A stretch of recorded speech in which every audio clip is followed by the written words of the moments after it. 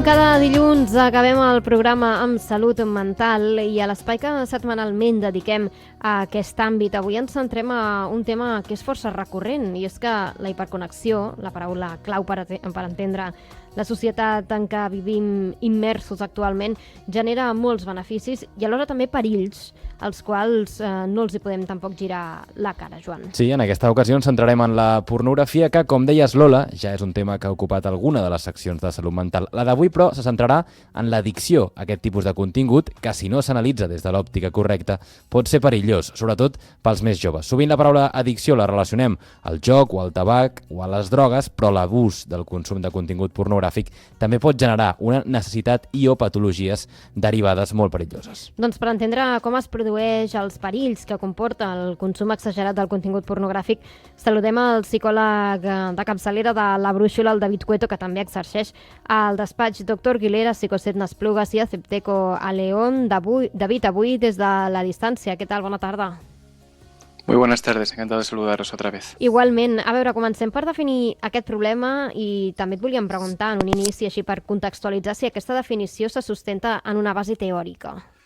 Sí, reconozco que el en el área sexológica, el concepto es polémico, contradictorio. Es decir, no hay una categoría, por ejemplo, en el DSM, en el Manual Diagnóstico de la Sociedad Americana de Psiquiatría, que, valide o considere, ¿no? Hubo unos paneles, hubo unas discusiones que no existe ese trastorno, ¿no? Una hipersexualidad, por ejemplo, un consumo compulsivo. En cambio, en el CIE-11 de la Organización Mundial de la Salud, que apareció hace unos pocos años, sí que existe la categoría clínica como conducta sexual compulsiva.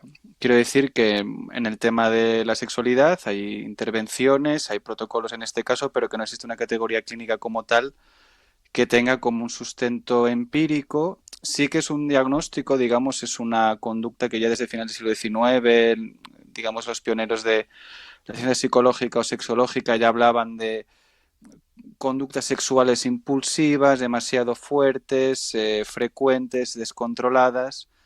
Entonces, hoy en día, digamos que los estudios empíricos que se llevan a cabo, normalmente el perfil medio de una persona que podemos considerar con una conducta compulsiva de visionado pornográfico, ¿no? Durante mucho tiempo sería alrededor de un hombre entre 20 y 40 años que reportan problemas de autoestima, timidez, depresión, pérdida de interés en el sexo real, que esto también es interesante de comentar, y con una media de 5 horas de consumo diario. La pornografía, pues hay gente que la observa para excitación sexual, en cambio hay otros perfiles que hablan de que es un consumo para evitar la evasión, el aburrimiento. Y aquí hay discusiones de si, por ejemplo, ¿no? El diagnóstico de disfunción eréctil, un diagnóstico clínico bien validado, parece que ha aumentado en las últimas décadas, es por consumo pornográfico, porque se reporta más.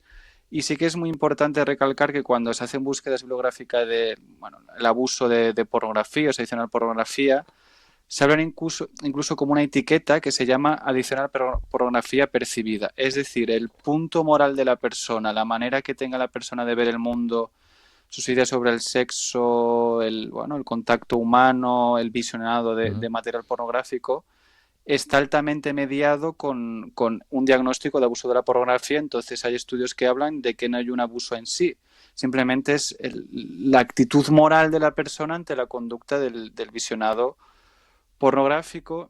En las adicciones también suele haber ahora una especie de baremo que hay marcadores de tiempo, de, digamos, cuánto tiempo pasa la persona, cuántas veces acude a ese tipo de conductas repetitivas, y se habla un poco más del efecto emocional negativo, es decir, que a lo mejor esa pornografía ese consumo es demasiado elevado, pero el efecto emocional es muy negativo, de esa percepción negativa que hemos hablado antes. Y un poco para terminar la definición, es muy común en la ciencia psicológica, el sesgo de los estudios científicos, es decir, en cómo se encuentran las muestras. Siempre hay un perfil de hombres heterosexuales, de países occidentales, de clase media alta, con lo cual si hablamos de un abuso pornográfico y miramos los estudios, hay muchas capas de población de todo el planeta o el sexo femenino que están obviados, con lo cual es una etiqueta de estudio y que todavía reconozco que el Internet, el uso masivo, ¿no? La hiperconexión que habéis comentado es muy reciente a efectos humanos, y todavía queda mucho por estudiar y entender de este fenómeno.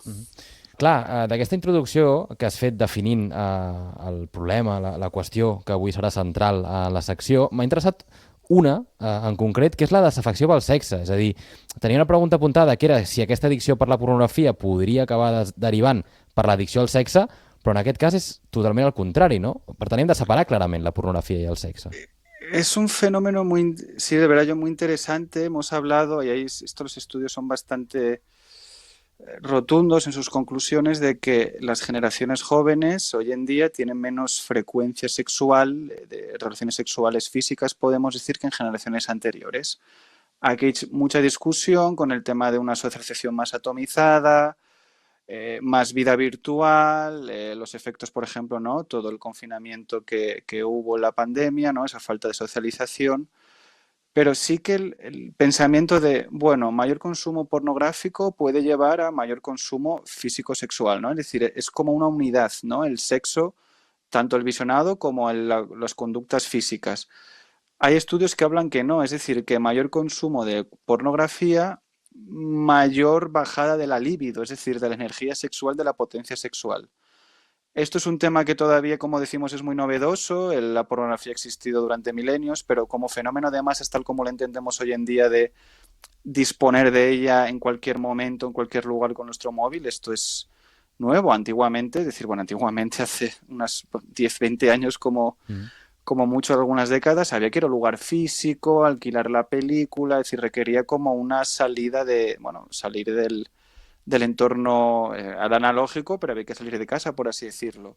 Entonces, sí, yo insisto en esto de que el sentido común, la intuición nos dice, bueno, si una persona tiene problemas de consumo de pornografía, tendrá conductas hipersexualizadas en cualquier otro ámbito y buscará constantemente a lo mejor exceso de, por ejemplo, de sexo de pago o buscar, ¿no?, de manera compulsiva en aplicaciones para conocer gente para ligar. Pero parece ser que no, que es como una especie de, podemos decir, de como de, bueno, de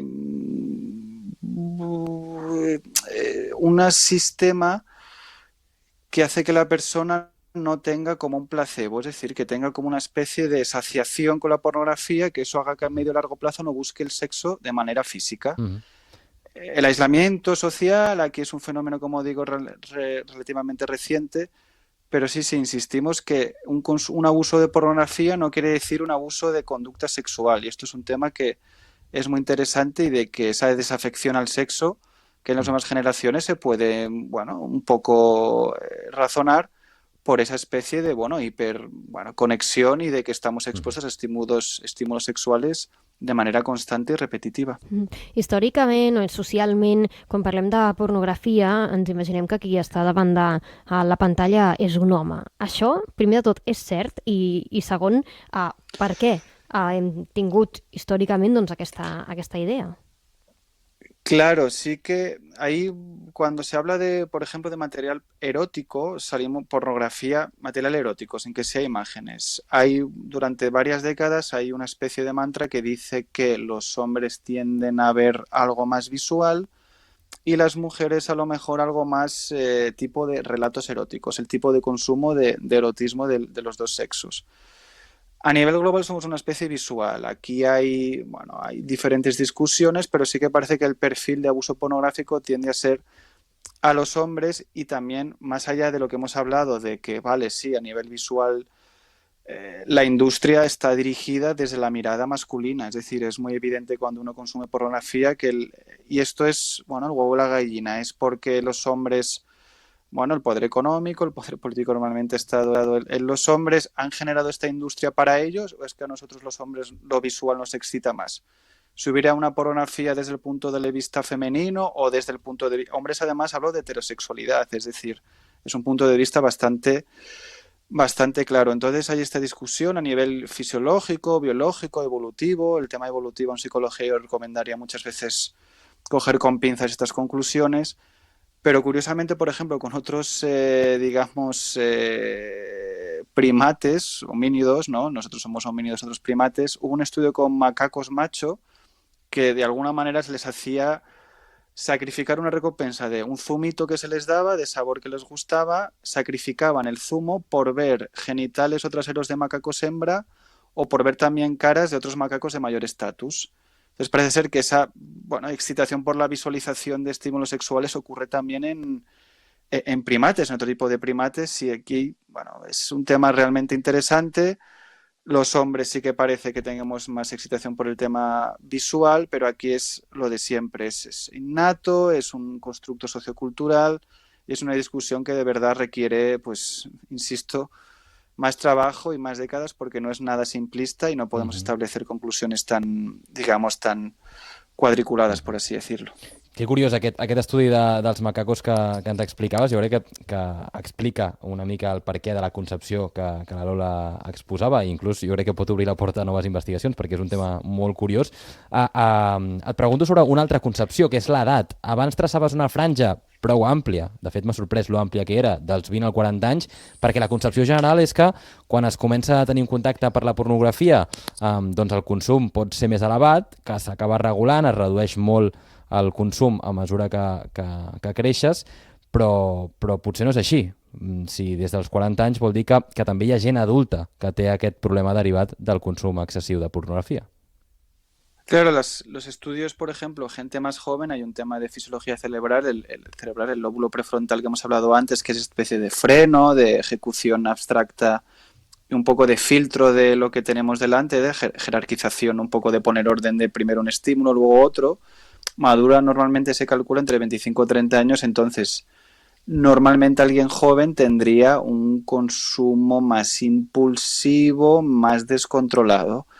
En edades más mayores, puede ocurrir que la persona, está estudiado, es decir, el pasar muchas horas delante de una pantalla o consumiendo sustancias puede cambiar la estructura cerebral y puede hacer que un consumo muy temprano, como cualquier otro tipo de droga o de sustancia, altere la capacidad de autocontrol.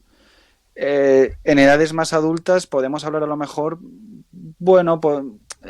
temas de literalidad, digamos, virtual. A lo mejor gente más mayor o gente que no ha crecido, no sea nativa digital, puede ser que sea más sensible ante todos estos trucos que hemos hablado de gamificación y de sistemas de recompensa de las aplicaciones y de las webs, tenga menores defensas ante el tema de que les engañen o que les enganchen este tipo de contenido. Aquí hay pornografía gratis, pornografía de pago, plataformas como, OnlyFans, que hacen una especie de relación directa, sin intermediarios. Aquí insisto que es un tema muy interesante, pero sí que no parece que haya un corte. Sí que parece que la gente joven será más impulsiva, pero los estudios parece ser que hay un perfil de hombres de entre 30 y los 40, que hemos hablado relacionados con soledad, aislamiento social, hay diferentes correlaciones entre ellos, pero sí que en principio la gente joven sería más sensible. El tema de la violencia es importante porque mucha pornografía, insisto, es un punto de vista muy violento, agresivo y basado en la gratificación inmediata, no en un tema ternura o sensualidad, con lo cual sí parece que la horquilla es amplia porque todavía no se ha establecido un diagnóstico, no se ha establecido ciertos factores de riesgo, pero como no existe la etiqueta como tal, a la hora de hacer las muestras, las prevalencias, sí ya es complicado en psicología, en estos casos que son etiquetas diagnósticas que no tienen una tipificación concreta, puede ser incluso más complicado. Clar, i avui estem parlant del consum excessiu, diguéssim, de l'addicció, però ja ho hem parlat en altres espais amb tu, David, dels perills de la pornografia com a educador sexual. Això avui no ho comentarem, però diguéssim que és un perill que s'ha de tenir molt en compte. Doncs, si sembla, passem a l'apartat de les pautes, que jo crec que avui és especialment delicat i complex perquè habitualment el consum pornogràfic es du a terme en la intimitat màxima. Clar, com podem detectar que el nostre fill o algú del nostre entorn pateix una addicció a aquest contingut? Claro, sí, lo de las pautas es interesante porque es una preocupación que en terapia se ve mucho. Aquí quisiera dejar muy claro, un poco para ir terminando, que la pornografía en sí misma no es negativa. Es decir, hay protocolos terapéuticos que para parejas, por ejemplo, el visionado conjunto de material pornográfico es positivo. Es decir, puede ayudar a que haya mayor excitación, mayor conexión en la pareja, abrir nuevos campos de conocimiento. No sé si me explico, no tiene que ser algo, el punto moral que hemos hablado antes, pero sí que insistimos en un cerebro más joven, en un cerebro más moldeable, hay incluso subculturas o como grupos sociales que su, digamos, característica personal es o de grupo individual o grupal, sería el consumo compulsivo pornográfico. Y aquí hay un tema de, bueno, cada persona tiene una manera de ver la sexualidad y es evidente, pero alguien muy joven acostumbrado a una exposición pornográfica constante, esa violencia, esa mirada, como decimos, tan masculina, heterosexual, patriarcal, puede hacer, bueno, modificar sistemas de creencias. Pensar, por ejemplo, que imaginemos un chico joven que piense que una chica son simplemente receptores de placer, es decir, todo es una mirada como muy egocéntrica, es una mirada muy, muy desde el yo, sin ver a la otra persona como un ente con sus necesidades y un poco independiente de nuestro deseo personal. Entonces, en estos casos, estar atentos, como se suele hablar, de demasiadas horas atrapado, encerrado en la habitación, manifestar tristeza, manifestar irritabilidad, y sobre todo la gente joven, ¿no? El tema del enfado suele ser un tema más, de la depresión, un marcador suele ser a veces más la irritabilidad o el enfado, y sí que buscar a lo mejor los desencadenantes. Ejemplo, si ha habido experiencias traumáticas en la infancia, pudiera ser que hubiera un mayor problema de regulación de consumo de pornografía o de actitudes sexuales. Si ha habido abuso, si ha habido experiencias, como decimos, que no deberían haber ocurrido, ¿no?, en el aspecto sexual, sí que puede ser un valor, una situación que es un factor de riesgo que habría que tener mayor cuidado, mayor control de ese niño, esa niña, ese joven que empieza a tener contacto con la sexualidad y con el afecto. Pero como en cualquier diagnóstico social, cualquier diagnóstico psicológico, el aislamiento social, la falta de conexión, pérdida de contacto familiar, pérdida de contacto, digamos, con las amistades, es un factor de riesgo que hacen que las personas, bueno, a lo mejor entren en comunidades de internet, estas cámaras de eco, y generar actitudes muy misóginas, agresivas y muy resentidas hacia el mundo, que hagan que una persona tenga unas vivencias del sexo demasiado dicotómicas, demasiado agresivas y muy basadas, como decimos, desde la satisfacción inmediata, sin ver a la otra parte, como, es decir, no ver el sexo como una comunicación, una conexión, sino como una manera de satisfacción y gratificación inmediata, sin ningún tipo de mediación desde pues como decimos, la sexualidad, sensualidad, la ternura, verlo como una agresividad o un impulso a liberar i ja està. Clar, ens has parlat de la detecció, ja per acabar, un cop això ja està fet, ja hem detectat que hi ha aquest problema, què es pot fer per tal de millorar la situació de la persona afectada? Claro, aquí esto en las últimas décadas se ha estudiado, ha aparecido una industria multimillonaria con la adicción a la pornografía, pero aquí quisiera también poner un poco de paréntesis por el tema, los enfoques morales, es decir, algunos protocolos o intervenciones tienen un punto moral muy evidente, que a muchas personas el tema de la culpa, los humanos somos muy proclives a ello. Entonces, al final sería decir que hay protocolos de intervención, hay profesionales, equipos, gente, la verdad, muy bien preparada, pero es un complejo, digamos, es un fenómeno muy complejo, es multifactorial. El uso abusivo de pornografía puede ser la huida de pues, un estado de ánimo negativo, ¿no? Problemas de regulación emocional, ¿no? Es un consumo inmediato, como puede ser a lo mejor la ludopatía o puede ser el abuso de sustancias, que son problemas de regulación emocional que se llevan conductas compulsivas o demasiado problemáticas para la persona. Entonces sería hacer un análisis del problema, un análisis de la situación, eliminar, como decimos, el punto de vista más moral o más desde la culpa, y hacer que la persona poco a poco a veces recupere pues redes de apoyo, o a lo mejor hay problemas, digamos, de sexualidad en sí. Entonces, puede ver que el consumo pornográfico es una consecuencia, es algo más primario, es un tema muy complejo, entonces requiere un análisis por parte de profesionales de la sexología para estudiar los problemas o las conductas compulsivas de la persona, que incluso si nos podemos ir hacia lo extremo, puede haber problemas fisiológicos o biológicos, es decir, problemas de autorregulación hormonal o problemas de autorregulación de todo tipo que se manifiestan en abuso pues puede ser de la pornografía, porque es muy fácil de acceder, no sé si me explico, es algo como demasiado rápido que tenemos delante del móvil todo el tiempo, y la hipersexualización también, que es evidente que se ve a veces en la publicidad o en el marketing o en las series del cine que tenemos delante. David, ho hem de deixar aquí, però és un tema, com dèiem, que té moltes arestes, que es pot tocar des de diversos punts. Com dèiem, ho deixem aquí, però ja saben que un cop al mes doncs, parlem de temes de sexualitat amb el nostre psicòleg de capçalera, el David Cueto, que el tornem a tenir dilluns vinent. David, que vagi molt bé, molt bona tarda.